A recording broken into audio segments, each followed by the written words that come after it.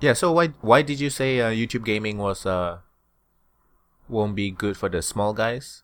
Mostly for the... Well, I mean, so it's not bad for the small guys. It's just, it appears like it's set up for the good guys. Because if you go to YouTube gaming, there's...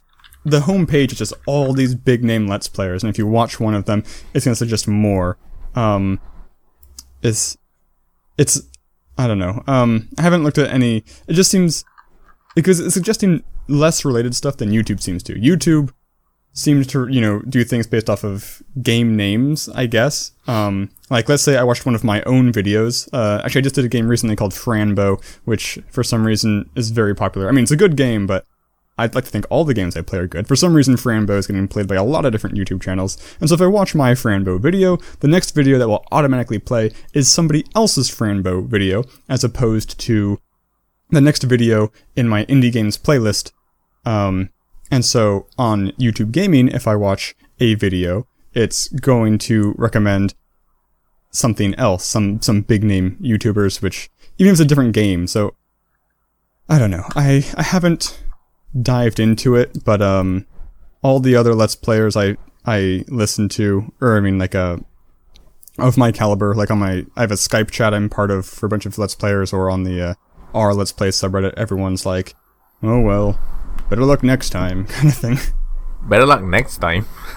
next patch? I don't know. There's next feature, hopefully, next thing we can use. So I don't have so most of what I say regarding it is me parroting other people's opinions, but they do line up with the vague opinions I had formulated from my time poking around the beta. But is Twitch like that? I have not actually used Twitch. I've streamed on Twitch. I've never watched anything on Twitch. I don't know what happens with their recommendations on what to watch next. It probably is. Because YouTube itself is the same way. It's just YouTube gaming is a little step worse. And that's kind of how it goes. That's most things that try to get attention. It's very logarithmic. It's very slow in the beginning, and as you get more, it kind of snowballs and gets bigger faster. Like, you need money to make money kind of thing. Yeah, I think it's normal to have the big guys being favored like that. Mm-hmm. Yeah. But I think some people have mentioned that because YouTube had a streaming service previously, right? They have some kind of a YouTube Live thing. Yes. And it was a bit complicated, they said, to get that set up. That's what I heard as well. And I never looked into it. Have you streamed on YouTube Live before? No. I've watched a couple of... a tabletop gamer I follow does a weekly stream, and he uses YouTube Live, and it seems to be okay. It's a Hangout feature, isn't it? It's a Google Plus Hangout feature. It's not exactly a YouTube feature. Right. Because I don't see it in the back end of the YouTube account. I don't know what the core of it is. It might be. I think, and the main advantage to me, the main reason I'm going to try streaming on YouTube Gaming is so that I can. It's easier. Like, Twitch doesn't record. I can stream on YouTube Gaming and just put it on my channel afterwards. Oh yes. Hello, and welcome to the playonultra versus. So this is a special episode, bonus episode. This is the second one we're doing, and today, this week we'll have Foehamner, who is part of the main podcast. We call him Jonathan, but he's better known in the internetverse as Foehamner. How are you, John or Fo? I'm doing well. It is very hot here in California, but what is the? I'm staying alive. What's the temperature there? Today, I don't know. I was just outside and it felt hot. Let's see. According to Google, it is 80 degrees, which is okay. It was hotter earlier. I had a really good idea, though, of putting my shirt last night in the refrigerator. So this morning it felt really good for about 30 seconds to put it on. Didn't last as long as I'd hoped it would have, but it felt really good at first. Did you wet it first or something? No, I did not wet it first. Okay. Although that probably would have made it last longer. Okay, so playonultra versus is a special episode where we have a one-on-one conversation about gaming experiences with our guests. So, but let's just start off with what movie did you watch earlier? I just got back from watching The Man from U.N.C.L.E. Oh man, I watched that already. It was so fucking good. I had told you last week I was going to go see American Ultra, but the person I saw it with was not interested. So, I think The Man from U.N.C.L.E. is sort of the better movie anyway. Yeah. Just going off of... Yeah. So did you like it? I did. It's definitely not a perfect movie. Yeah. There's a handful of scenes that seem kind of obnoxiously artsy, where they're trying to like do weird camera angles or mismatched music to make a point or something. But on the whole, I really enjoyed it. Like which scenes? Oh, is it a spoiler? There's a scene where there's an action scene where they're storming an island, and it's just showing like a bunch of like just panel, almost like a montage. Yeah. And it was kind of cool, but really hard to follow. Yeah. And then after that, there's like a fight scene, and they're playing like music that, non-actiony music to show like, I guess, some sort of dichotomy between what's happening and the emotion you should be feeling. I don't really know. But overall, I really liked. Yeah. Yeah, the main two guys I thought had a good relationship. Yeah. The girl, I didn't really get her character that much. Yeah, she seemed kind of weird. The girl felt like she was dropped from the sky out of nowhere, kind of thing. Yes. Also, she was like supposed to be German, and she had this weird accent the entire time? That's the thing. Maybe the entire movie, I wasn't sure what she was. Yeah. Isn't she German or is she British or what is she? It's very odd. Yeah. It's slightly answered at the end, but I don't know. But yeah, good movie. I definitely enjoyed it. Glad I saw it for sure. Makes me want to go back and watch the show, which I actually intended to do before the movie anyway, because most people I know who like Star Trek: The Next Generation or grew up with it watched Man from U.N.C.L.E. because it aired, in roughly the same time. Oh. And so I've been meaning to watch it. Okay, so just an announcement. This week there won't be any. There won't be an main episode of the playonultra podcast. Everybody's like away. I'll be away. John will be at PAX. Nathan will be at Greece for 2 weeks. So there will be no main playonultra podcast. But hopefully next week we'll be back. Yeah, PAX. Are you excited about that? Yes, very. I've been running around like crazy trying to get everything ready, trying to pre-record enough content. I've been growing my hair out for the past several months to get my Big B Wolf shagginess in order. I'm looking forward to shaving it halfway through PAX for the next day's costume. It should be great. So you have to shave your hair for the next cosplay. Yes, all the facial hair's going away for the Sunday cosplay. I'm not doing any new costumes. Friday and Saturday I'm doing Big B Wolf, which is what I did last year. But I should be hairier this year than I was last year. And then Sunday I'm doing a costume which I'd considered doing to PAX, but I didn't know how appropriate it would be. It was one of the first cosplays I ever did, and it's the Goblin King Jareth, played by David Bowie from the movie Labyrinth, which is a very fun cosplay to do. And I think after talking to people at PAX, people said they wanted to see it, so I'm going to try it out. It's a general nerdy thing, so it's not too out of place. So you're getting requests. Well, kind of. Yeah, the friends I'm going with, they wanted to see it. My girlfriend, she hates it when I do that costume because it's a fairly popular costume. So if I want to go from point A to point B, it definitely takes a lot longer in costume than it would if I wasn't in a costume, because people want to stop for pictures and that kind of thing.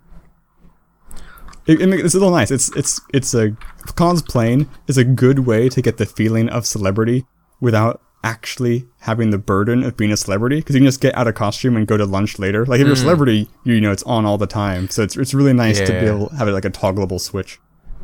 So do you see celebrities there all the time? You went last year, right? This is my third time going to PAX. Okay. Last year, I saw Patrick Rothfuss. I saw him talk, and I ran into him later, and he was a little cold. The year before that, I ran into Danny, Barry, and Ross from Game Grumps in a coffee shop outside of PAX. And, last year I saw Markiplier walking down the street. Did you... Oh, and actually, on my airplane, waiting for my airplane out of LA last year, who was sitting next to me? It was, Kraken, who has a YouTube channel, which is kind of cool to see. Oh, you mean Criken? Yes. Oh man, I was like, you look very familiar, sir, because I don't subscribe him, but he was on a couple of Game Grumps things or table flip. I've never actually table flip seen things. his face. I don't think his videos don't have his face, right? I don't think so. I don't know actually. I just Oh, know we that talked- I love his Far Cry 3 stuff. He's a very nice guy. Actually, we were talking to him for the best part about talking to him is he recognized me later because I was going up an escalator and he was going down an escalator and he like nodded to me. It's like, oh, that's awesome, being like remembered. So you can die. Because A most happy celebrities are just another face. man. Yeah. Yeah, like, and it's hard because like when you approach somebody like that who you know somewhat well from their stuff, like in the airport last year as well, actually I ran into Wooly from the Super Best Friends. I shook his hand.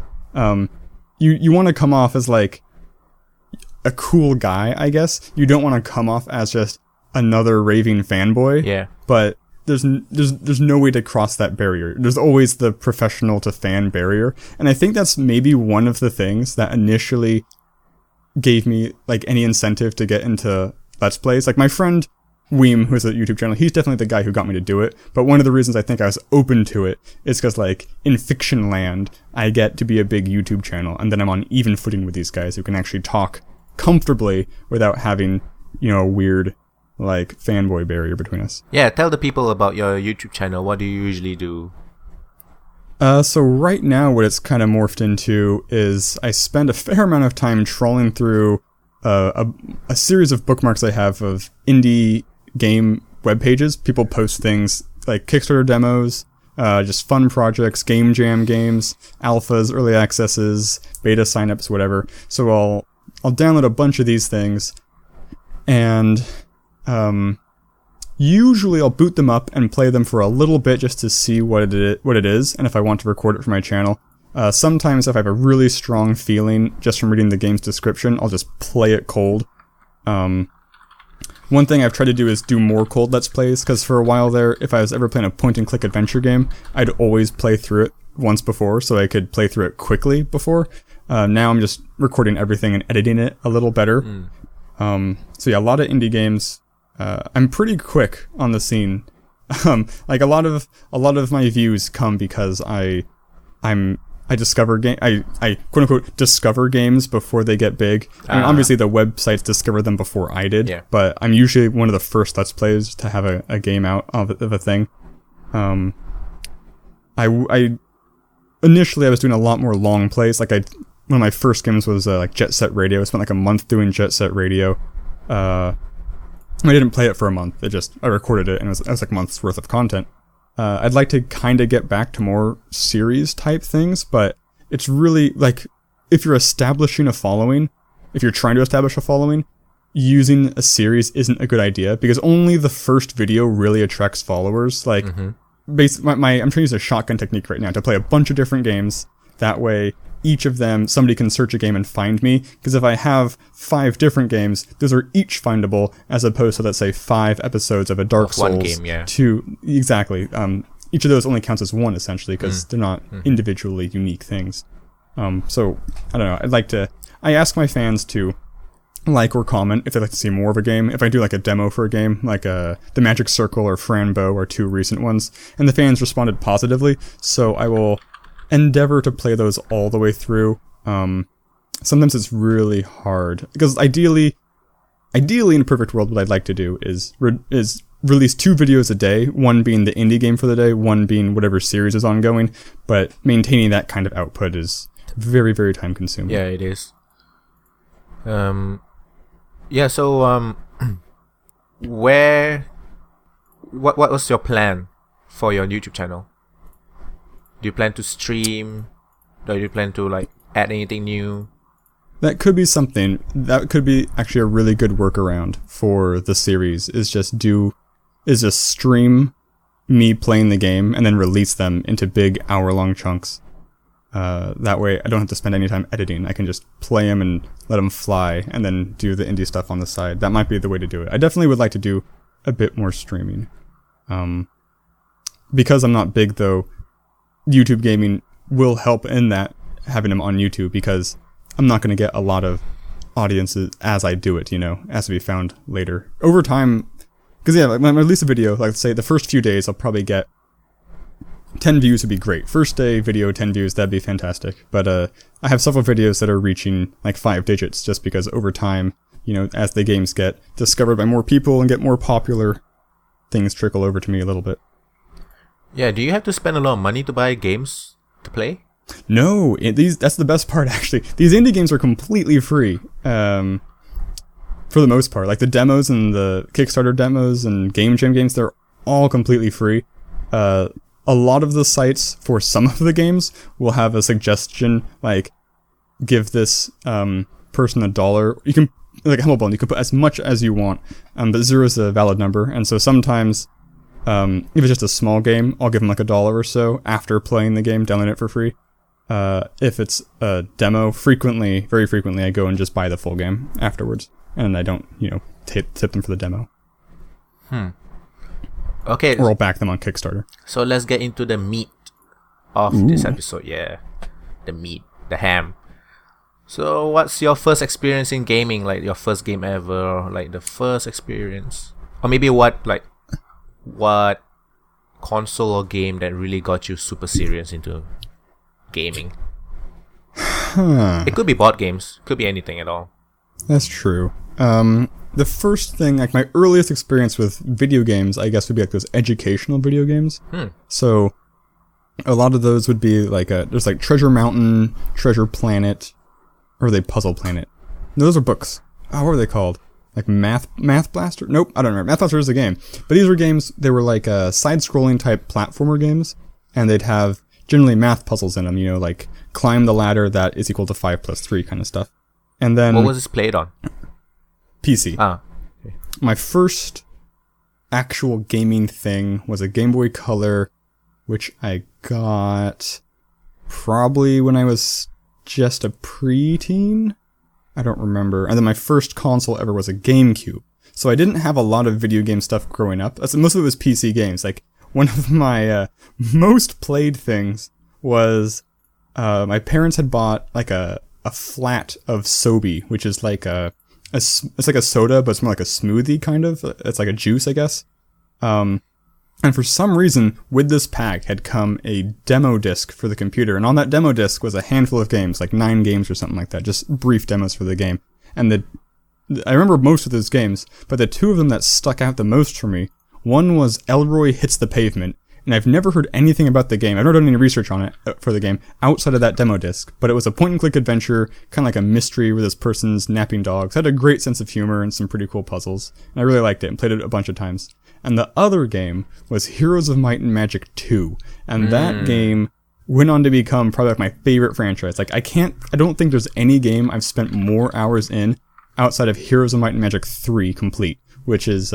When I saw it in the store, it's like, holy crap, it's a full game. Because I was so young playing Heroes of Might and Magic 2, and I'd never played like a turn-based computer game before. I was completely at a loss what to do. Like, you boot the game up, and you use like this city screen where you have your castle and your buildings and stuff. And I'm like, oh, cool, I can build a building. And I can only build one? Like, what the heck? I didn't know you'd end your turn. And so I'd like... click the button like, holy crap, there's a whole map out here, and I'm a little guy on a horse, and I can run on the horse. Oh, and the horse stopped moving. Okay, well, I'll hire another horse guy and have him run over here, and ooh, I captured a mine. And then when I figured out you had to end your turn, I was like, oh my gosh, there's so much here, and it's so hard. I think part of what was like a barrier to me initially in terms of being like a good gamer is I was very afraid of like a game overstate. Overstate? I remember like dying, I guess. Like if game over. Okay. Exactly. There was a game I think shipped with a lot of Windows at the time called Chips Challenge, which was a kind of like a Twitch-based top-down. I don't even know what to call it. I guess like a puzzle game. Like you had a slide block. Most of the puzzles involved doing things in the proper order to like push blocks out of the way to get keys to open doors or get the right boots to go to a thing to open a door, that whatever. And every now and then there'd be monsters, and they scared the crap out of me. And they are not scary at all. Or like the ski-free little snow monster guy. Like, so I was a coward early on, and I think overcoming that, I'm trying to think what game made me overcome that. I don't know. So I have this super vague memory of me playing Might and Magic. The thing is, I don't remember which one I played. Do you know if it was Might and Magic or Heroes of Might and Magic? Might and Magic is the first-person dungeon crawler, right? Yes. Definitely not that one. So okay, those are hard. Like, yeah. I remember after getting Heroes 3, like a year or two later, I saw like Might and Magic like 8 or 9, and I was like, holy crap, I missed like 6 of these or 5 of these games. So I got 9 and I took it home. Like, what is this crap? This isn't what I wanted. That's the thing. I remember enjoying it so much, and I think it's sort of a Might and Magic game, but man, I don't remember. I've been trying to search for it for years, and I still can't.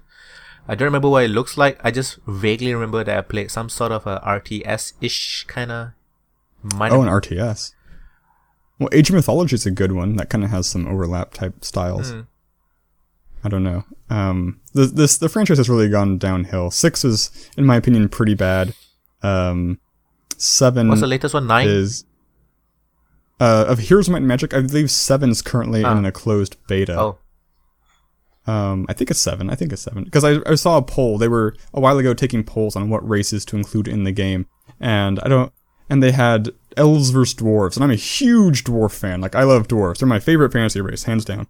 And of course, elves are the more popular one, so they were winning like 2-1, and so dwarves are not in the game. And I was very sad about that, because Heroes of Might and Magic 5 is quite good, if for no other reason than the expansion pack adds dwarves to it. So you mentioned GBC and GameCube. So what games did you play on those? GBC, definitely at the time, Pokemon was the thing to play. Yeah. So I was playing a lot of Pokemon. Which one? My first Pokemon game. So before I was very late to the Game Boy Color game. So I'd watched my friends play Red, Blue, and Yellow. I think the first one I owned as much for myself was Silver. Silver, okay. Which was okay. It was okay. I mean, it's a Pokemon game. I didn't know what I was doing. It was still fun. My favorite game that I don't know if it was my favorite game at the time, but I played it most of the way through, and it's a really hard game, is Lufia, The Legend Returns. It's a JRPG that has a very unique and somewhat esoteric like combat party system, and a really cool dungeon crawling system, and I really, really like it. It's one of those games that walks that line very well that older games sometimes cross over, where it's almost obstructively difficult to play, where it doesn't explain jack to you, and also just being really cool because of that. And it threads that needle eye somewhat pretty well. The combat is like Zelda. That Mana series, right? It's like a action combat. Like no, the dungeon crawling's a bit like that. So the dungeon crawling, it's technically real time, but whenever you take a step, all of the monsters in the room take a step. So you can treat it almost like a turn-based thing as you try to weave your way through the thing. And then if a monster gets adjacent to you, you enter the combat. And so the combat's a bit more like a traditional JRPG, where you have your monsters at the top of the screen, and at the bottom you have your party. And your party, when you fill it out, is represented by a 3x3 grid of characters. And you can give each column of characters an action. So your first row of characters, you can choose one of them to do a thing. Same with your second and third rows. Your top row, if those 3 guys get knocked out, that's when you lose.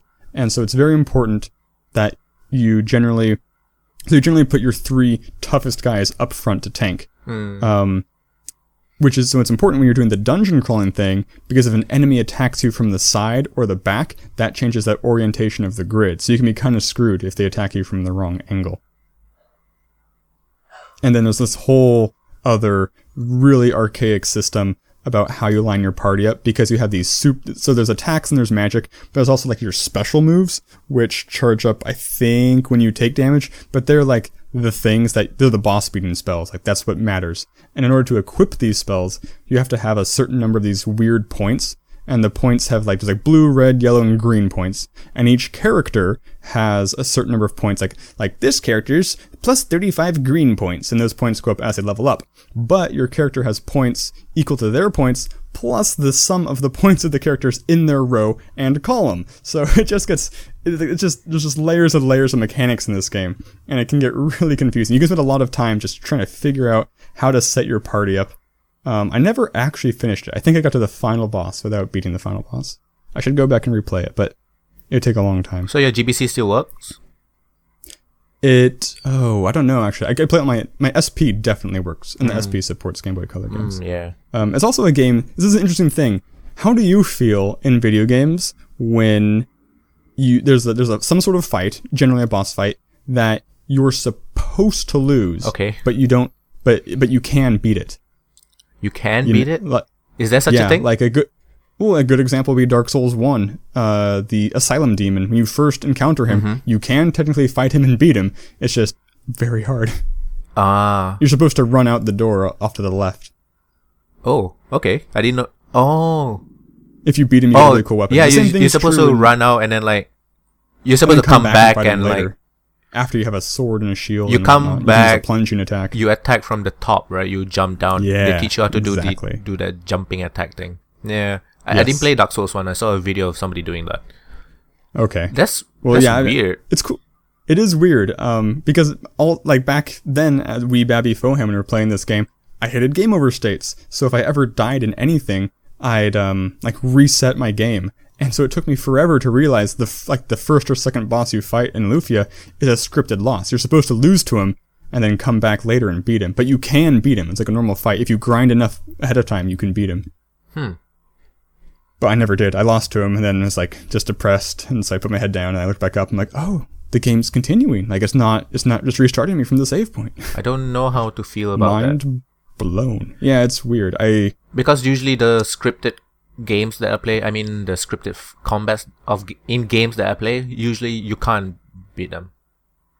Right. Like those JRPGs. It's definitely not a common feature. It's not common, yeah. But I think if in Dark Souls, if you're good enough, you definitely feel a sense of accomplishment, right? Yes. Yeah. I can't think of any other examples in Dark Souls 1 that you're supposed to lose to. I know in Dark Souls 2, there's the Pursuer, which you kind of have a couple opportunities to beat or lose to before fighting him as an actual boss. So what happens if you beat him before you fight him? In my experience, in all of these cases where you beat the boss beforehand, it's usually just some really good loot. And he comes back? Yes. Oh yeah, there's I remember there's a in Metal Gear Solid 3, I think. So there was a scene where you were scouting with a sniper rifle and you're looking at the enemy, right? A couple of enemy bosses or something where later on you have to fight. If you shoot one of them, I think you don't need to fight them after that or something like that. That's awesome. I love stuff like that. Yeah, I'm probably gonna get Metal Gear Solid 5. Maybe not now because I just don't have the time to play it. I have never played a Metal Gear Solid game. Oh, fuck. I know. The games I had for GameCube growing up, the first two games were Pikmin and Animal Crossing? Is that a ship title? I don't think it was. No, it wasn't Animal Crossing. It was something else. It's Pikmin and maybe Smash Brothers. Harvest Moon? No. It wasn't Double Dash, that was later. It could have been Pikmin. I don't know. I just remember Pikmin. I mean, sorry, it could have been Animal Crossing. Oh yeah, sure, on Steam right now. Here's my Magic 7. I'm going to pre-order it. Not going to do that. You don't have dwarves, you piece of crap. So yeah, I mean, I think the best way for you to catch up on the Metal Gear Solid games would be a PlayStation 3 and getting the HD collection. If I'm not mistaken, there should be number 1, number 2, number 3 on that. And the PlayStation 3 has Metal Gear Solid 4, so you should be on track. But I think the cutscenes alone would probably take you a few days to go through. I can probably just watch some LPs. Could I play the PlayStation 3 game on a PS4? there's no backwards compatibility. There isn't? Okay, that's what I was asking. Yeah, unless Sony decides to like re-release it on the PlayStation Network and say that, oh, okay, it's compatible. So Sony's shop is very confusing to me, because some of the games, because they have the PlayStation Vita, right? And the Vita lets you play certain PlayStation 3 games. Sometimes it doesn't let you play it. Sometimes you need a PlayStation 3 to download it first and then it's fucking stupid. It seriously sounds like it. It sounds very... Well, I hear the Vita is the platform to get if you want to play just JRPGs. Yeah, it is, yeah. So that's why I'm thinking really hard. The thing is, I want a PlayStation 4 too, just to play Ratchet & Clank. Yeah, PS4 has a lot of stuff going. I'm strongly considering picking one up after I move and get a TV. I don't have a TV or a console right now. If the PlayStation 4, that's the thing. A huge, I would say, factor for me to buy a console is if I can play the previous console's games, I think. Yeah, that's totally fair. For me, that's not a factor because I don't own any of those past games. But if I did, you're starting definitely fresh, be a factor right? for me as The well. thing is, even if you're starting fresh on the PlayStation 4, imagine if you can play the PlayStation 3 games. Right, that'd be fantastic. And even if you have to buy it from the store, I think that would be good. Sure. That's the thing is, I'm not sure if you can do that. I feel that it's not very clear. Yeah, maybe. I have no experience with the PlayStation Store. I do know that they seem to have free games a lot that are high quality games, like Rocket League.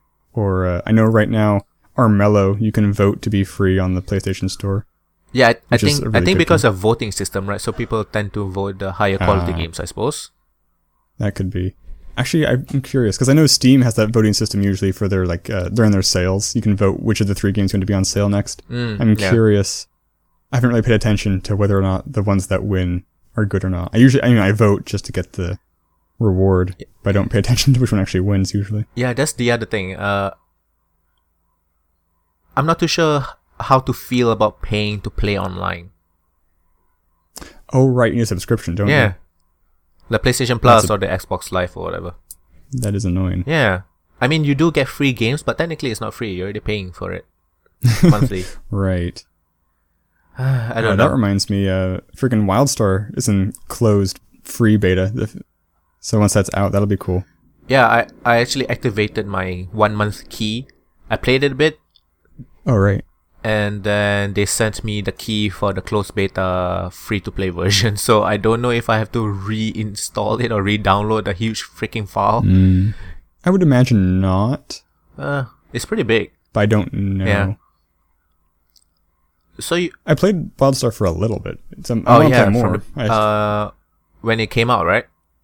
At launch? Yeah, I don't remember how. There was I had a free few days or something that I used.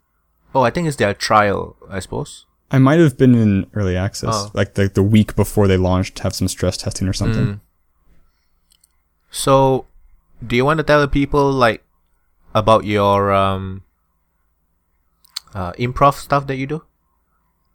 I can mention it, I guess. I'm in a local to Santa Barbara improv workshop where we meet every Wednesday for roughly 3 hours. And, work on improv comedy, the kind of stuff you see in Whose Line Is It Anyway. Not quite the same, but that gives you the basic idea. And then the first Saturday of every month, we have a show. Not in every show, because I'm not around in town every month, but it's fun. It teaches you some really useful skills outside of improv. Like something I didn't expect. I don't really know what I expected after taking an improv class, but one of the things that I think it's really helped me with is in group conversations, I am typically, or used to be anyway, very, very quiet. I basically wouldn't speak at all. And improv teaches you give and take. So it's very good about, ceding or taking the spotlight as appropriate. So it helped you with the podcast, I'm guessing. I think so, definitely. I also just wanted to be more comfortable on stage. Because I started taking improv not too long after I started my YouTube channel. Does it help with your public speaking skills or something?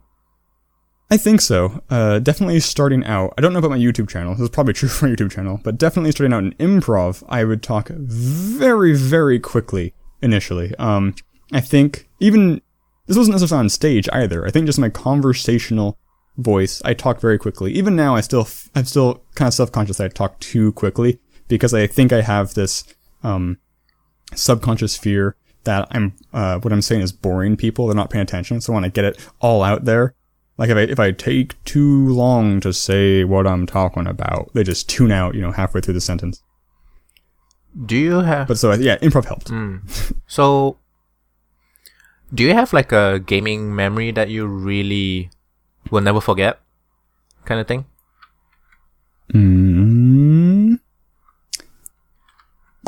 I remember. I'm trying to think of a cool one. I have a really stupid one where. One of those earlier puzzle games I mentioned, one of the final obstacles you usually had to do. This is the under the ocean themed one. One of the final obstacles you usually had to cross was a room full of sharks. And you said it's a timing game. They followed straight line paths, just going like up and down or side to side or diagonal. You just had to navigate your way through them. But I was so scared of them, I'd make my dad do it every single time. Yeah. When I asked this question, did you think of your favorite games or did you think like a certain memory in time? The question of a memorable game? Best gaming memory, yeah. Oh, best game memory. I kind of thought of a specific time, I think. I went back to earlier times. I don't know, my favorite game is a really hard thing to talk about because like my go-to answer is Chrono Trigger, but favorite game of all time? Yeah, that's my default answer I pull out, but I don't know how true it is. Because there's a lot of games that do specific things better. Like, I have this really weird relationship with Papers, Please. I think Papers, Please is, like, my favorite game in terms of, like, concept. I love the idea of taking, like, what sounds like one of the most boring things ever. Like, it's a step above DMV employee. Yeah, just pretty much. Passport checker at a freaking border. And they turn it into this gut-wrenching game. Like, and this is why it's a love-hate relationship. The game gets to me so much, I've only played it for like an hour. Like, I just can't play. I get too stressed out. Like, my family back home needs food, and you're a terrorist, but the rules say I should let you through. And just like, it's too much. But like, I love the look. I love the idea behind it. I love the soundtrack. Like, everything about that game is awesome. I just can't play it. It's a good game. I don't know. Yeah. Chrono Trigger's great just because, actually, for a lot of reasons, but my favorite thing I'd have to say about Chrono Trigger is how it encourages you to kind of experiment, to discover like these little rules. Like, the perfect example I can think of from Chrono Trigger is there's this one kind of like level where you're fighting your way through, and you keep encountering groups of snakes and frogs, and the frogs are like indestructible. They're only taking like 1 damage from everything you're throwing at them for some reason. So the trick is you hit the snakes, and the snakes, to replenish their health, eat the frogs for you. It's just this really cool like little system like that. Chrono Trigger is great. Yeah, I don't know. I don't know what my favorite game of all time is, because Portal's obviously great. I like the part where in Chrono Trigger the twist in the story, where the bad guy. Not Lavos. You're talking about. I don't know Lavos. The guy with the scythe. The Reaper guy. Yeah, the Reaper guy. Yeah. What's his goddamn name? You actually can kill him, right?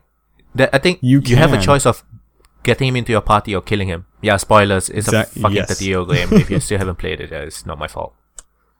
I really want to. I remember for a long time trying to get what do you call the big blue guys? The News or the Moos? I was trying to get like it was Magus is his name. Oh yeah. I was trying to get like this special ending where you have to talk to all of them, but I could never get it for some reason. Actually, it's another example of a really good, like, kind of secret thing in Chrono Trigger where you just have experiment. There's a scene where you're flying your ship. What's it called? Not the Excelsior. You're flying your ship, and Lavos is just sitting there in the middle of the ocean, and you can land your ship and get out and fight and start the boss fight. And the boss fight has multiple stages. Or you can just fly your ship into Lavos and break its shell and just skip to the second stage of the boss fight. Oh.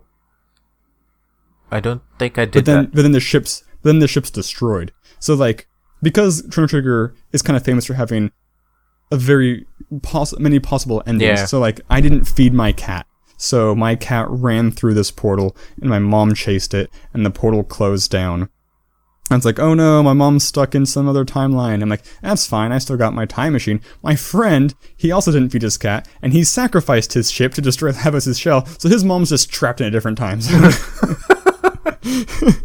So all these little things can make, the ending very different. They all interact in cool ways like that. And that is why I would say Chrono Cross would be my favorite game. One of my favorite games of all time. I have not played Chrono Cross. Yeah, it's the you know what it is, right? I looked it up at one point. I can't. What is it? It's a spiritual sequel to Chrono Trigger for the PlayStation 1. So it's by different team, or different characters. Everything is different. Is the gameplay the same? Turn-based. Chrono Trigger is grid-based, turn-based. Oh god damn it! You can move around on the battlefield, right? No. Can't you? I mean, you're when you attack somebody, they run up and swing their sword, but you don't tell them to move. Okay, yeah. Chrono Cross is a bit more towards a traditional JRPG. Everybody just lines up. Okay. But there is...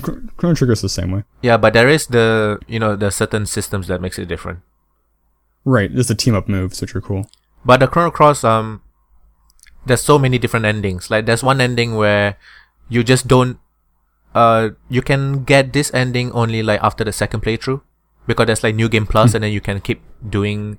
Right. You have back your skills and your levels and all that, and equipment, and you can keep trying to get different endings. So the one ending is you're supposed to when you wake up, don't do anything, don't talk to anyone, just go to the portal and just find a boss straight away. Awesome. There's like 11 endings, I believe. What? There was some game, hopefully the fans will know what we're talking about and fill me in. Yeah. It's some game where like it prompts you in the beginning. Like I'm gonna use Pokemon as an example. Let's say Professor Oak's like, choose a Pokemon. And you're like, pass. And it's like, game over. Because you just chose not to go on the adventure. Like, you didn't pick up the sword, or you didn't do the thing. So it's a game over just for you, like, to say, no, I'm not gonna be here today, guys. Feeling a little tired. So that's pretty if you can try Chrono Cross, I think it's... Get an emulator. I'm not sure if they re-release it for the PlayStation 3. I'm not too sure. I think they did. But it's a very good game. The music is awesome. There's a lot of different quirky characters in it. Cool. Who's your favorite character from Chrono Trigger? Trigger? Probably the frog. Yeah, I like Frog. I like Robo a lot, but I also really like Frog. Yeah, I like... So I don't know. Hard to choose. I really like Frog and Magus. Magus is cool. I say Magus. I don't know. I wish Luca had been cooler for some reason. I like the techie. Luca is the steampunk girl, right? Exactly. It's been so long. I think I finished that game like twice or something. I was meaning to replay it. I was home the other weekend and I went through all my old Game Boy games trying to find it, and I could not find it. I found the box. It's empty. I have no idea where the thing is. I probably lent it to somebody and just forgot about it.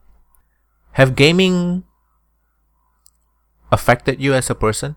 Like, shaped your life, or like... Like, I mean, you do YouTube, so that's... right? Right. But you're a programmer, right? Yes, I am a software engineer by trade. Yeah, so do you think that gaming made you interested to go into that field, or no? I don't think gaming really had any influence on that. From an early age, even before I played video games, I was really into like codes and ciphers, like binary and Morse code, just different logic, ways of expressing and representing information, and logic. So, I mean, I'm sure there's a fair amount of overlap between the two, but I think without video games, I still would have been interested in some sort of programming type thing, or puzzle, whatever. I've never met a programmer that doesn't like games, though. I don't think. I've never met one before. Me personally. Yeah.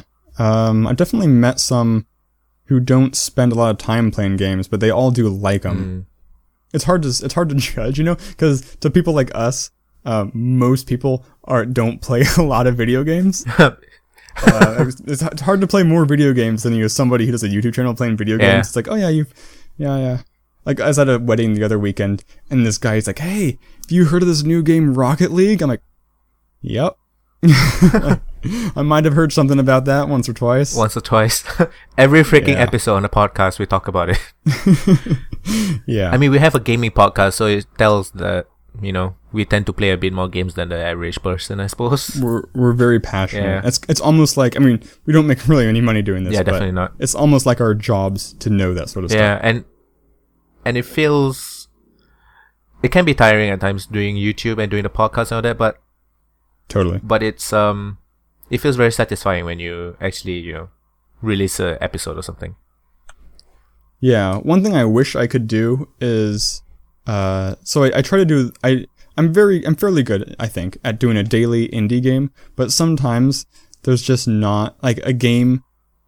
Whether or not the game's good, for some reason, sometimes I will finish an episode and I'm like, oh, that didn't go so well for some reason. Like, either I was boring or, just not into it, or I went into the game with the wrong tone or something like that. And I'll generally almost always still release it because it's content. I want to get feedback from people. Yeah, and it's content. But I kind of wish I could pick and choose. Pick it, like just not release something as regularly. The problem with that is YouTube rewards you for sticking to a schedule. Yeah. So what's your schedule right now? Right now it's just one video a day at about, I'm doing 10:30 right now. 10:30 a.m. Pacific time is when I make it public. But that time's chosen completely at random. I just wanted to ask, like, why 10:30 a.m.? Yeah, no reason. It's alternated quite a lot. I used to do it at 9 a.m. every day, because that was when I woke up, and also when lunchtime is on the East Coast. I don't really know. And then I bumped it back to 10:30 because sometimes, let's say, because I'm usually recording these games like the night before, like I'm doing the research, finding the game, and then it's very rarely that I record multiple episodes in one day, unless it's a series, in which case I'll play for an hour and chop it up or something like that. A lot of the indie games are just one session, one night. So I'll record this the day before. So if something goes wrong, I like to have a little bit of a window where I can wake up and maybe upload it and that kind of thing. So I think people don't realize, like, even making one video per day is so tiring. It definitely can be. Yeah, it can I think be. I found a pretty good way of not making it tiring, where I don't edit it a lot. Because okay. Like in the perfect world, I am absolutely entertaining. So whatever I do is YouTube worthy. So in a perfect world, I play this game, I record it, and I just upload the recording straight to YouTube. But do you check? Do you like run it through your software and just like go through it quickly to see if there's any? So it's not a perfect world. So yes, I do definitely do that. Very frequently, I have to fast forward through certain moments, and so I'll put it into my software and look for moments on my speaking track where it's quiet and see either is it a cutscene or is it a part where I'm just trying to find something I should fast forward through that. I definitely think it would not hurt for me to do a little bit more editing on my videos.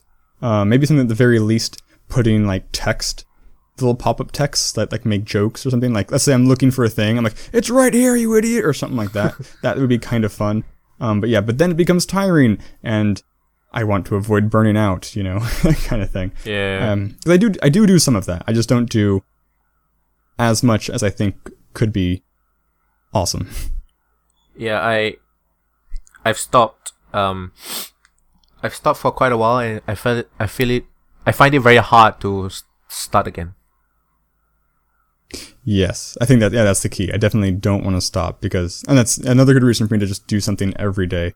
I think it was Jerry Seinfeld has if you want to get good at something, just do something for that thing every day. Like, let's say you want to learn how to play an instrument. You don't necessarily have to even play the instrument every day. Just spend time thinking about it. Maybe do some finger exercises. Read a little bit. Like, as long as you take time every day to do any little thing about the thing you're passionate about, that's important. Don't ever stop, kind of thing. Yeah. So I have no idea how to start again. Damn it. Yeah, I need to stop playing Payday 2. That friggin' DLC, though. There's a sale this week, and so I bought all the DLC. So what did you buy? Icons. I got the Western pack, all the weapon ones, and Soul Call, just to get a grinder poke. Oh, cool. That means you, like me, need to grind for Car 4 mods. Wait, I bought the are Car 4 mods in that one? It depends on which weapons pack you got. I didn't get the AK Car 4. Okay, then probably not. Then never mind. I bought the Ninja pack because I wanted. What did I want? I don't even remember. Oh, what was the thing? I'll think of it there. I got the Sokol pack as well for the perk deck. I got the Alesso heist because I wanted a new heist because I'm kind of bored. I didn't want the bomb heists for some reason. I think there was something also cool in the Alesso heist. Oh, right, there's a cool mask in the Alesso heist I thought was neat. I got the BBQ pack because I really like fire, and it's the only flamethrower in the game, right? I believe. I believe so. It gives you a flamethrower. It gives you Molotovs, like flame ammo for your shotguns. Okay. And Molotov. Yeah. I got the Western pack for basically everything in it, which is awesome. And I got that's it. That's the ones I got.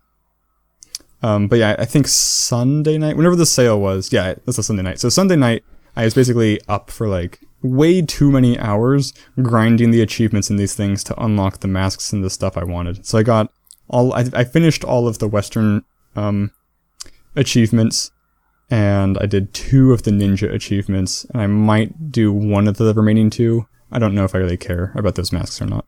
How do you feel about that? Buying DLC and still needing to play to unlock the damn thing? It depends on the content. So I think I like the, I mean, like, so, like, if the DLC has a heist in it, like a new level, new things to do, then that's fine. If the DLC is just do things you already could have done, and now we'll give you this thing, then it's kinda dumb. These walk a very thin line, because like the Ninja pack, or like the Western DLC, like the DLC that's the hardest, or the achievement that's the hardest for me to do, is kill 6 enemies within 6 seconds, firing from the hip with the big pistol. And it's just not fun, because like I booted up a normal difficulty, which mission was it? The one with the one where you start inside the van and you come out with all the money. Watch Dogs. And so I basically just yes, Watch Dogs, exactly. So I basically just did Watch Dogs and just restarted every time I failed, every time I missed a shot, because you can't miss a shot because you have to hit all. There's only 6 bullets. And exactly, and the enemies are random. So sometimes there's not 6 of the right enemies in front of you. Sometimes your NPCs kill them before you can kill them. So it took me probably like half an hour. God damn it! Really frustrating. Yeah, so that's kind of the thing with achievements in general. I don't love achievements that make me do things I wouldn't normally do. I like achievements that I could get naturally. Yeah. On the other hand, achievements can be nice as a way to, after having played the normal game for enough time, they can be a nice way for me to do something unusual, you know? Like, I'm so bored of this mission, let's try it now, only using this weapon, or, you know, or, the good thing is there's the side jobs, the daily missions, and frequently those are also achievements that if you haven't done them before. I believe like last night's, one of the side jobs was, in the nightclub mission, escort the DJ, zip tie him and escort him to the exit. Oh, yeah. Which is fun, and, an achievement I didn't have already, so that was cool. Did you answer the question? Not really, right? Yeah, and like, so for the car mod, it's absolutely frustrating because I spent at the time $5 for this DLC to get a bunch of mods for my weapons, and then it turns out that I have to jump through these insane hoops that I still haven't been able to manage all of the hoops yet to be able to play the things I spent money for. And I think, I mean, that's not just because it's DLC. I don't know that it really matters. It's kind of like let's say I bought a game and the game turned to be too hard for me to beat. Like I just couldn't beat the game because I'm not skilled enough. That's the same kind of deal, and I don't know how to address that. It's a weird line. I mean, yeah. So yeah, I mean, because on the other hand, just paying money for more power is also kind of gross. Like, this gun is better than all the other guns. Just give us $2 and it's yours. That kind of crap. Although I don't know that it's fixed by saying, just give us $2 and do this achievement and it's yours. It's not that much better. Can you talk about your experience playing board games? Yes. So is it an extensive one? Can be card games as well. Like, I know you play Magic, right? Yes. It's very extensive. Yeah. I got into Magic the Gathering in 5th grade, and I stopped sophomore year of college, and I got progressively more competitive throughout that time. So by the end of my time, I was driving for hours to like San Diego for massive regional tournaments and that kind of thing. I was able to turn this into a job at a comic shop for 3 years, which was very fun. I was like their tournament organizer.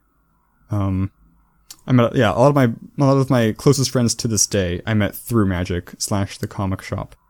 So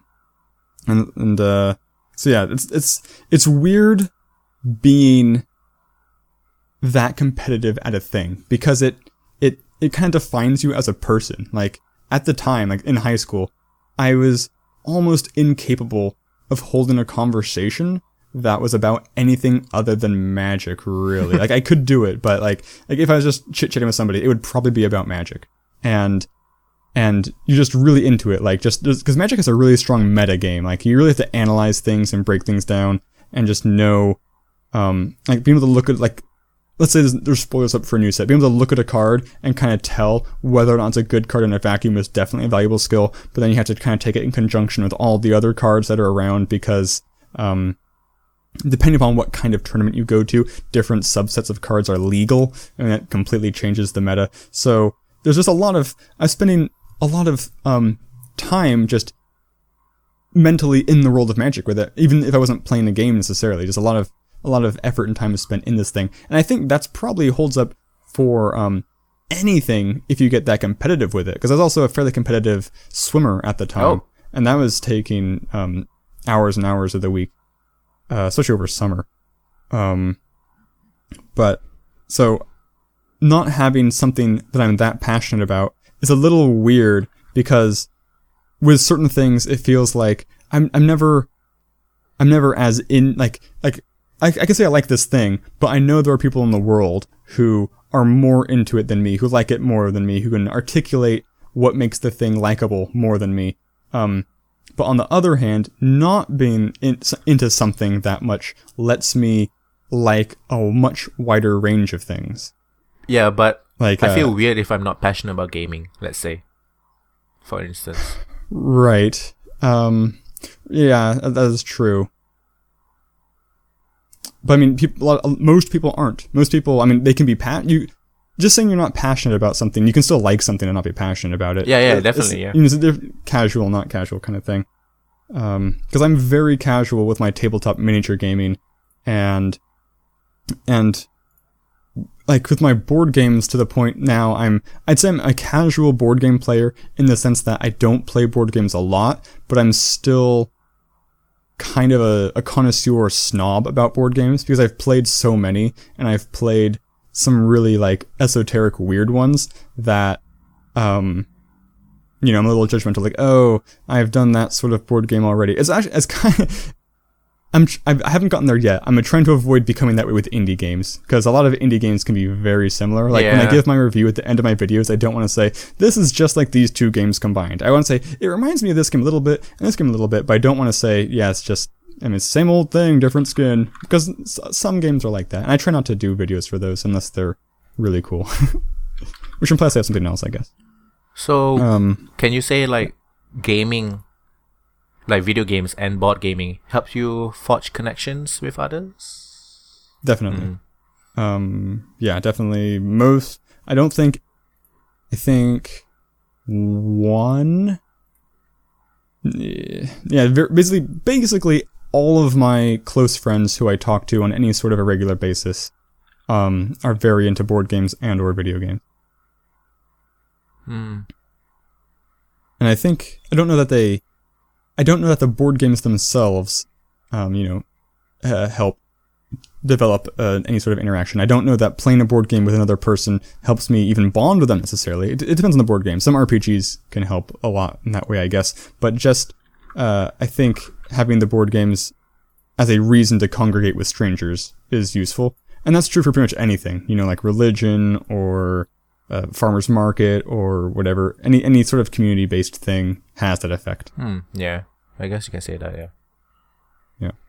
I'm definitely a sucker for board games that have miniatures involved.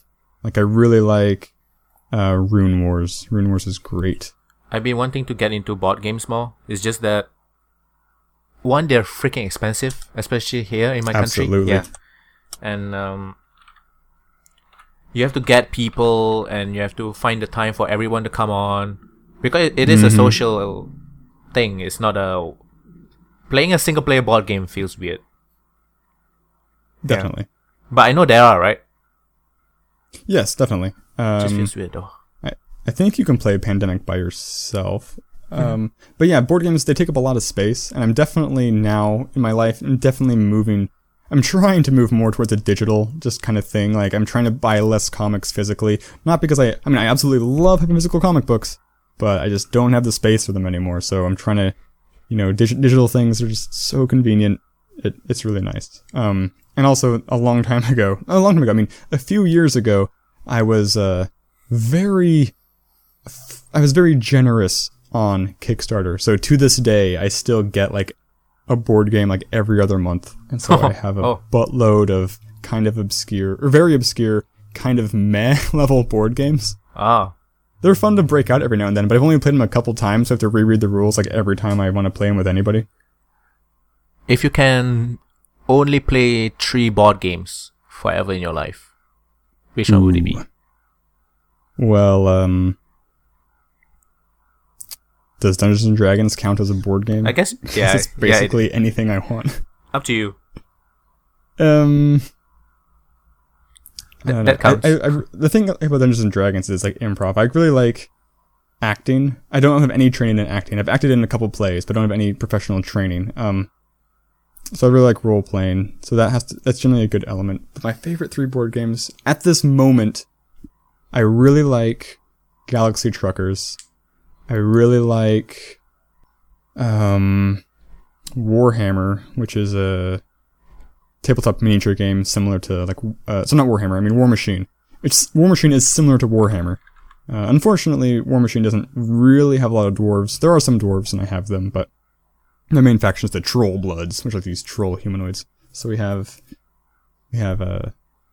Galaxy Truckers, War Machine, and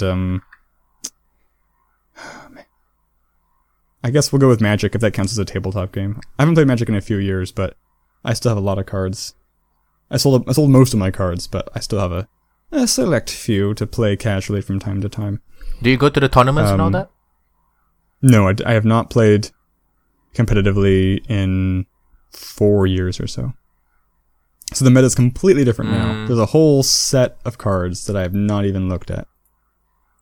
I'm sure I could pick it up again pretty quickly, but a lot of it's knowing that sort of thing. Because like my favorite format for Magic the Gathering is a draft style format, which is where, let's say you have 8 players sitting at a table. Each of these players has 3 booster packs of Magic the Gathering. A booster pack contains 15 cards. In the first round, each player opens up 1 pack, looks at their 15 cards, takes 1 card, and passes the remainder face down to the left. You repeat until the entire pack's gone. Second pack, same thing to the right. Third pack, back again to the left. At the end of the day, you have 45 cards that you've cherry-picked from these packs. From 24 different packs. And so you've designed your deck from this. And this is a very, very fun way to play, because I think it has a very good line between skill and luck. Like, the kind of tournament where you build your deck and bring it to the tournament and play it, that's fun. I love that as well. But it can require a big initial money investment. Like, the decks that are winning tournaments typically are valued at a few $100s. And in How this much have game, you spent? Over my lifetime? Yeah. Thousands. Fuck. Easily thousands. I mean, it's over it's over 10 years though. But anyway, so but for this draft tournament, it's only $10 to enter the draft tournament, and you can play it. And yeah, it's a good way to combine luck and skill. And But the reason I don't just show up and do that now is because if I want to have a chance to succeed at it reasonably well, like let's say go 2-2 in the tournament, I have to know kind of what cards there are. Because each set in Magic usually has a unique mechanic to it, some sort of theme-defining type item. And so knowing that ahead of time would be key. I have to read a little bit. So I don't know. Right now, when I play Casual with friends, we play EDH, which is like I said, it's sanctionary. EDH is what it was called when I was playing it. It stands for Elder Dragon Highlander. And it's we have a 100 card deck, which is not normal. Normally decks are about 60 cards, and you can only have one copy of any card in your deck. Normally you can have up to 4 copies in your deck. So that means when you shuffle, it's very, very random what cards you're going to see. Because let's say I go to a tournament, a big tournament with a 60 card deck I've built. By the end of the day, I've played 8 rounds with this deck. That's possibly 24 games, as little as 16 games, and for me, I kind of get burnt out. It's kind of the same thing over and over again, because the deck has 4 copies of each card, more or less. It has a set strategy. This is what this deck does. This is how it wins. With this style of deck, where I have a 100 card deck, each of them single, the deck still has a goal. A bunch of the cards fill the same sort of roles, but it's still a lot more unique. I mean, the hand of luck is definitely in it more, because certain cards are better than other cards in what you draw, but it's just a lot more fun, engaging, and that's what makes it a good casual game to play, I think, just to pick up and play. Yeah, what board games were you thinking of getting into? That's the thing, I don't know. I need somebody to tell me what would be good, because I'm part of this local board game community, and they do share a lot of Kickstarters, they do a lot of game nights and all that. It's just that I don't have the time. Do you know what kind of games you like? Like resource management games, or like I've played a game where it's god damn it, what's it called? Forbidden Desert and Forbidden Island. Okay, I love those games. I like very co-op kind of games, and I like maybe if it has some extra RPG elements, because I played this game called Zombicide. You heard of it? Yes, I kickstarted Zombicide. Oh, cool. Yeah, it was pretty okay. And there's one pretty okay is about accurate. and there was a fireman one, fire. There's been a couple DLCs or expansions, DLCs. So yeah, there's one where like the building is fought on fire and you have to save people. So I just like very co-op, and everybody maybe have different skills kind of thing. Okay, yeah, totally. Do you like diplomacy games at all, where people are like trying to wheel and deal? Maybe they're lying to you, maybe they're not. I've played one that's some sort like that. It's a card game, but I can't remember what it's called. Oh, you're thinking of is it Revolt? Is it I know what you're talking about. It's the one where it's kind of like a sci-fi thing, right? Sci-fi-ish. It's you have different like classes of people. I can't even remember. I played it once. It was good. Okay. Because in mine, I don't think these are board games for everybody, but one of the games I mentioned was Galaxy Truckers. I recommend. Well, I like any board game by the developer Vlaada Chvátil. That's spelled let me see. It's spelled. There we go. Vlaada Chvátil. It's spelled VLAAD space CHAVAL. Vlad Chvátil. Wait, Vlad Chvátil? That's the right name? That's not the right name. Oh, they have Galaxy Trucker on Android. What? Yeah. I'm not sure if it's the same one. Oh, there it is. VLAADACHVATIL. There we go. It looks like it. Yeah, it's probably the same one. They're Czech. They're he Czech, also right? did Space Alert, which is fantastic. Yeah, he's Czech. I kickstarted Dungeon Lords, but that hasn't come through yet. Or the Anniversary Collection of Dungeon Lords. Yeah, he's good. He's just his board games always have some sort of really kind of like unique thing that makes them stand out quite a lot from most of their board games I've played. I like but they can be a little complex. I like Hanabi. You played Hanabi before? I know that name. Is that the one? The fireworks one. Yes, I have played Hanabi. Yeah, it's good. I like that one because it's just so. I don't know. It's just fun to play. It's just super funny to It see is. everybody reacting the way they do. I've only beaten it once, and we kind of cheated. Doing it I know what you do. We're like, that is a 2. It is such a 2. I'm like, oh, that means I should play it next turn because it's the right color. It's like, I didn't say that. Yeah. But it's such a 2, you guys. Yeah. Or that card is very red. We were doing like if the guy's turn and he wanted to play the card and he was holding the wrong card, he'll be going very slowly. He'll be touching the first card first, and then we'll be like so yes. Yeah. But that's fun. So That's what makes it totally.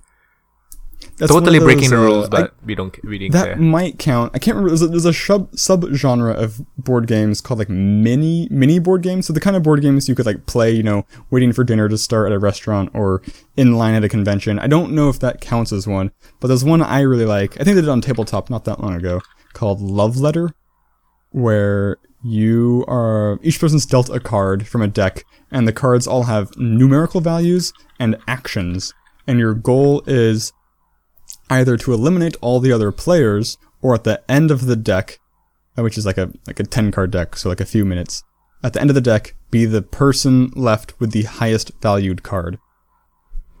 Why is it called mini board games? A mini. Because they're highly portable. Like they usually fit in a box the size of like a little bigger than a typical deck of cards. Oh, and the size of Hanabi's the right size. Okay. I just don't know if it takes up too much space to be considered. I assume it doesn't.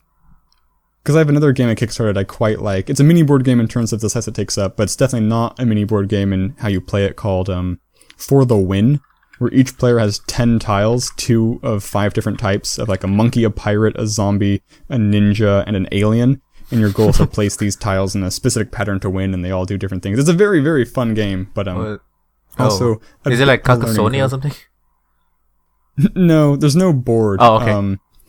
Basically, you just take turns placing tiles, and your goal is to get it so you have a continuous line touching of one of each of the different types of tiles, but they all do different things. Like, you can flip them over to do different things. Like, you can flip over the pirate to shoot a tile next to the pirate, shoot it to any other place that you want, touch another tile. But if it's face down, it doesn't count as part of your chain. So you can spend a different action to turn it face up. There's a lot of little meta things to it, which are kind of cool. Carcassonne's fun. Definitely. I like Ghost Blitz. Did you play Ghost Blitz? I've not even heard of Ghost Blitz. It's I guess you can call it a mini board game. It fits in a very small box, and it's a deck of cards. I'm trying to think. I'm trying to remember. It's a deck of cards, and then you have like a few objects. So like a red chair, a green bottle, a blue whatever, a gray mouse, and then the card will show you like a green mouse. And then you're supposed to choose... I don't remember, are you supposed to choose the color or the object, but you're supposed to choose the right one. Something like that. I don't really remember, but it's one of those reflex games where you see the card and then you have to go for the object straight away. I see. It's quite fun. Yeah. And so I think that's a part 2, and you can combine them together. So there'll be 8 objects instead of 4. Okay. Huh. It's very simple. Simple as can be good. Yeah, I like that it's very portable. You can bring it around easily, just to whip it up. I need to get more simple games. 'Cause a lot of my games have like the complex a lot mechanics. of my games have like the first time you play it takes like an hour to to learn. You have to explain Yeah. the rules and yeah, exactly. Yeah. I used to go to a board game thing every Saturday before I moved down to Santa Barbara. Did you see your gaming habits change when you got older?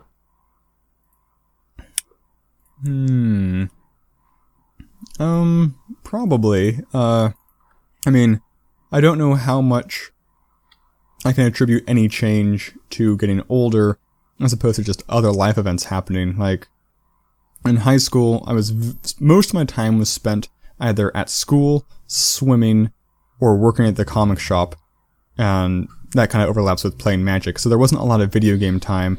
Any video game time I did have in high school was probably spent playing World of Warcraft, or Guild Wars before that. Didn't play a lot of anything else. In college, I was in the League of Legends beta, so I was playing that for a little bit. I had a laptop. I didn't have a desktop, so my computer wasn't capable of running a whole lot.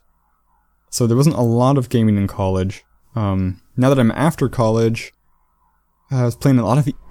Immediately after graduating college, I played a lot of EVE Online. So I played a lot of MMOs. Now that I'm doing my YouTube channel, I have no time for MMOs. I mean, I'm interested in playing WildStar Online, but I definitely don't intend to ever hit level cap. I just want to play it for a little bit. And that's kind of where I'm at now. I play a lot of little games. I haven't played a long game all the way through in a bit. Like, I still haven't beat Batman Arkham Knight yet. You haven't? No, I haven't. Okay. I mean, I could. I'm like over 90% done. Did you finish your series on YouTube? I thought you did. No. You didn't? No. Oh. I was supposed to. Oh. Well, the thing is, I want to get all the Riddler trophies first, but I don't want to spend the time to get all the Riddler trophies first. I think, I'm a little embarrassed to say this, but not too embarrassed. I think I'm just going to use a guide to get the Riddler trophies. Not because I can't do the riddles, but because I want to do it as quickly as possible. So that's probably what I'm going to do.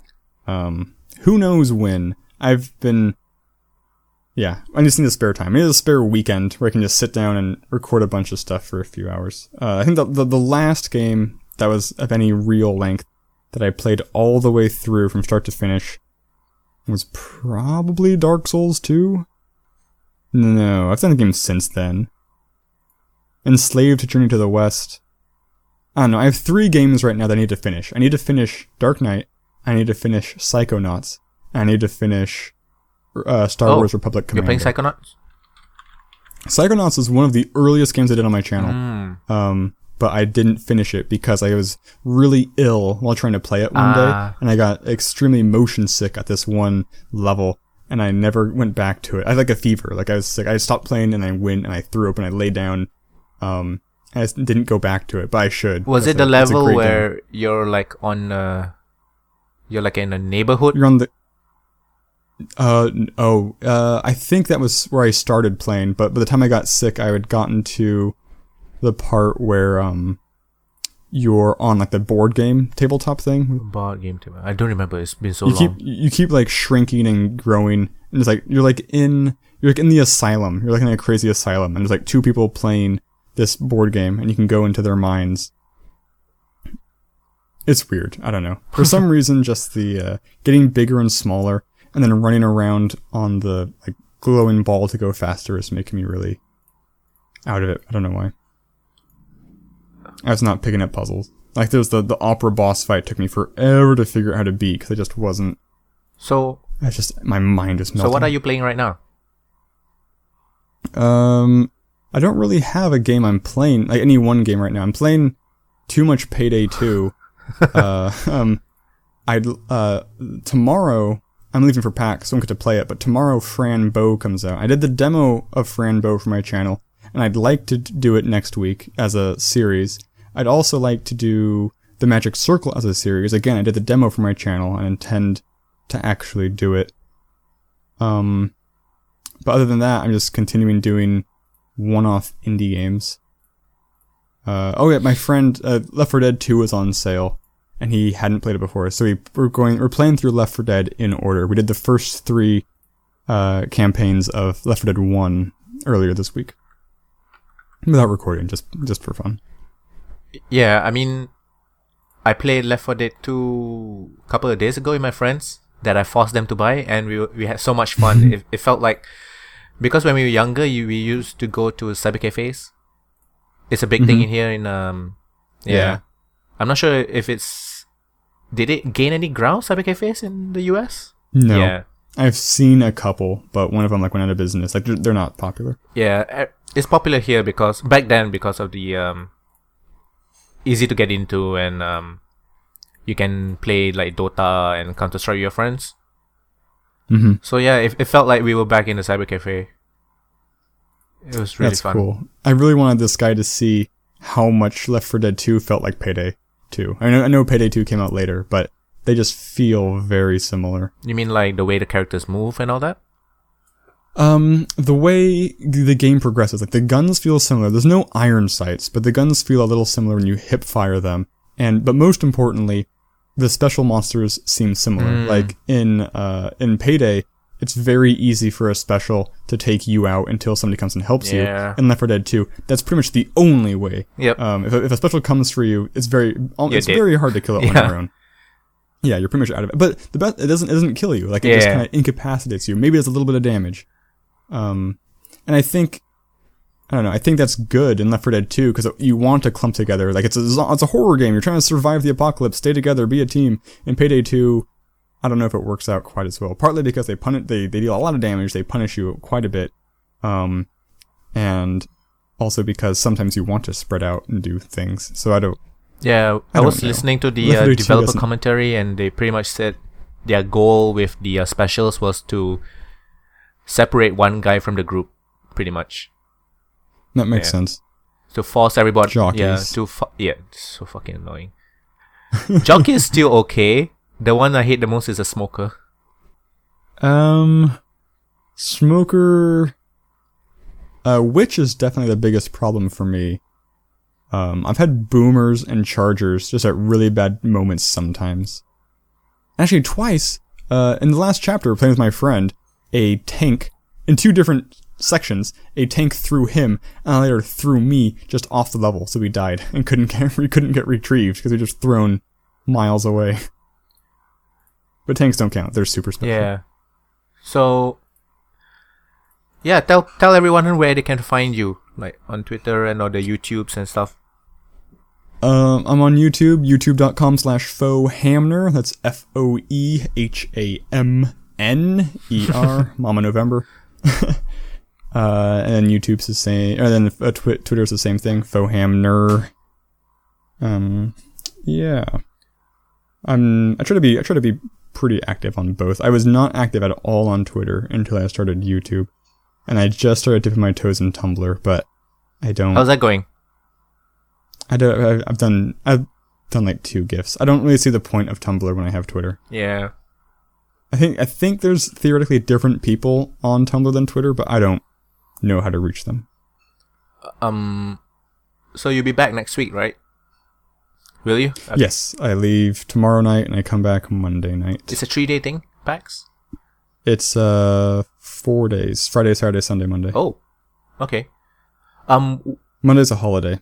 What is like the extra stuff that people don't usually cover that you can see at PAX? PAX? Because I'm at PAX, I don't follow PAX coverage, so I don't know that I can say what people typically cover. I know the things that I'll be doing. I will be going to the indie corners. Definitely will be spending most of my time. I know there's actually a side event this year that you don't need a PAX ticket to. It's just like a block down the street, and it's like 30 indie game devs have rented out like a little space, and they have chocolate chip cookies, and you can go in and play their demos. So I'm definitely going to be stopping by there at some point. Yeah, check out the indie corner if there's a oh god damn it, what's the name of that publisher? The one that published Guilds of Dungeoneering. I don't remember his name, but yes. He said he might be going. So if you see him, say hi. I know several devs who I have done Let's Plays of will be there. Versus Evil is the publisher. They did Banner Saga and all that. Evil? I did not know they did Banner Saga. Banner Saga is they published Banner Saga. They published Banner Saga. Yeah, so Versus Evil, the publisher, published Banner Saga, published Guilds of Dungeoneering, and it seems like they're gonna publish a Afro Samurai game. Oh, interesting. Yep. Are you watching any anime right now?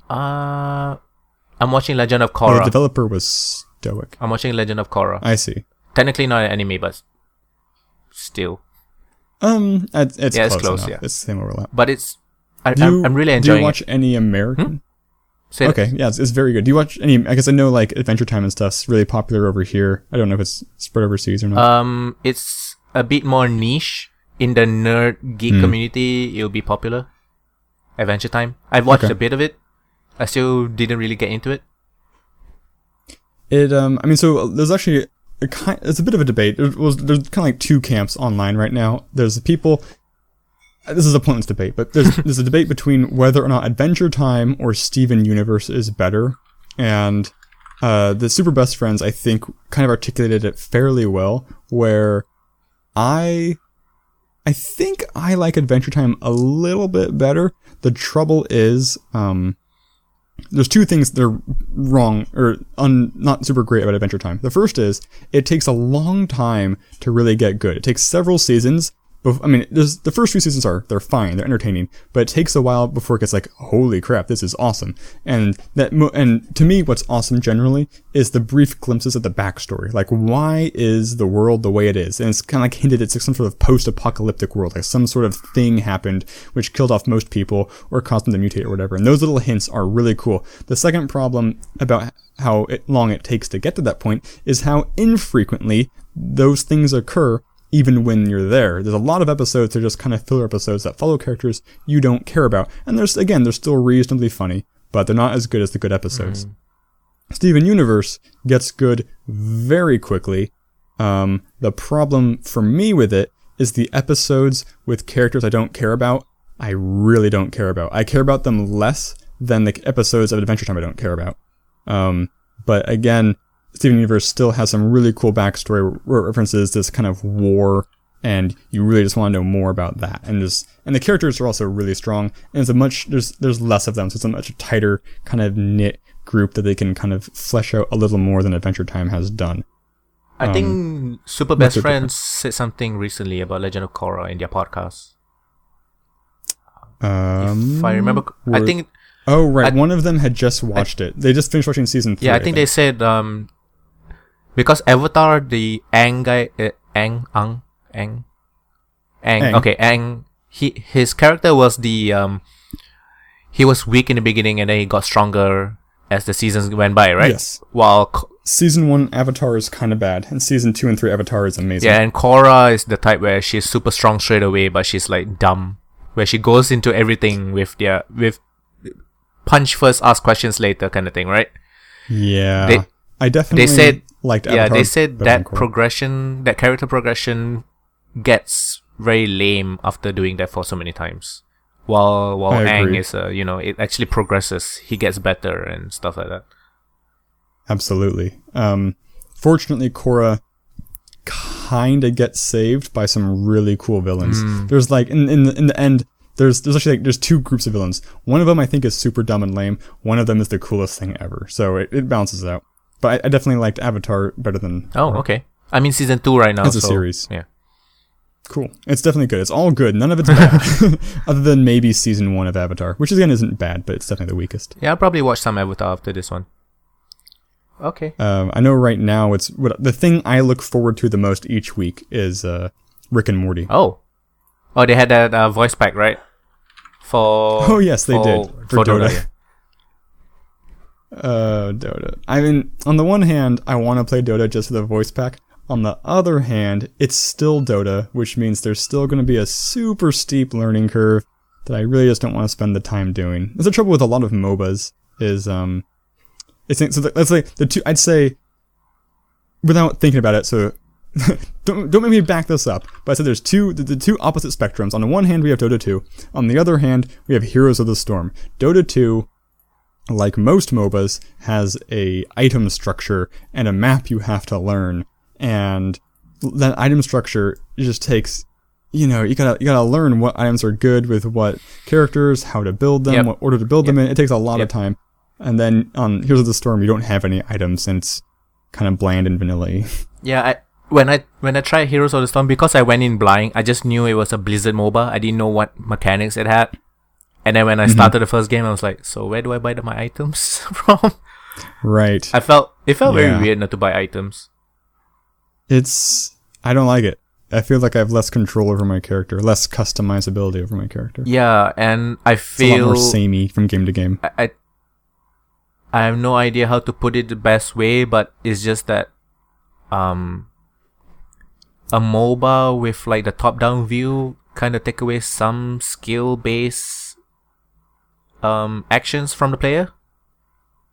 You mean comparing it to Smite? If you compare it to like a game like Smite, where it's very close to the action. So Isn't is Smite all skill shots? Mostly, yes. Probably one. Oh, interesting. Probably a few skills here and there is not really a skill shot. Wait, auto locks to everyone, but everything else is a skill shot. Okay. Your melee attacks, your range attacks, everything is a skill shot. It's pretty much like a third-person action game, mobile style. So that's why I like that one a lot. But with 300 ping all the time, the thing is, I've adapted to 300 ping. So when I tell people that I play on 300 ping, they'll be like, "How did you even play it?" So, but I've adapted. That's hilarious.